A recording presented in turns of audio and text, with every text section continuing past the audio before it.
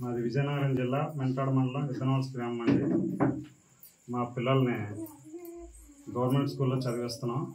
కూటమి ప్రభుత్వం ఇచ్చిన హామీ ప్రకారం ఇద్దరు పిల్లలకి 26,000 పడిందండి. మెయింటెనెన్స్ కోసం 4,000 తీయగా, అది స్కూల్ మెయింటెనెన్స్ కోసమేనండి. దాన్ని మేము అర్థం చేసుకొని ఆ స్కూల్ మెయింటెనెన్స్కి ఇవ్వగా 26,000 మాకు అందిందండి. దాన్ని ఆ 26,000ని మేము పిల్లల చదువులకే వినియోగిస్తామని చెప్తున్నాం. ఈ అవకాశం ఇచ్చిన నారా చంద్రబాబు నాయుడు గారికి, నారా లోకేష్ గారికి, గుమ్మడి సంధ్యారాణి మేడం గారికి వందనాలు.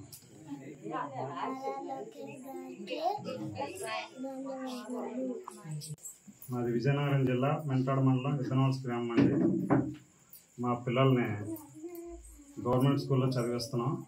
కూటమి ప్రభుత్వం ఇచ్చిన హామీ ప్రకారం ఇద్దరు పిల్లలకి 26,000 పడిందండి. మెయింటెనెన్స్ కోసం 4,000 తీయగా, అది స్కూల్ మెయింటెనెన్స్ కోసమేనండి.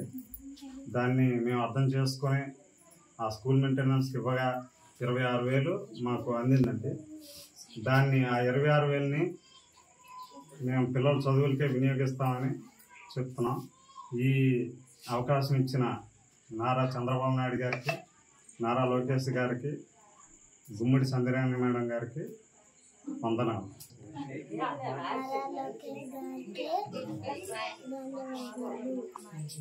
మాది విజయనగరం జిల్లా మెంటాడ మండలం విత్తనవలస గ్రామం అండి.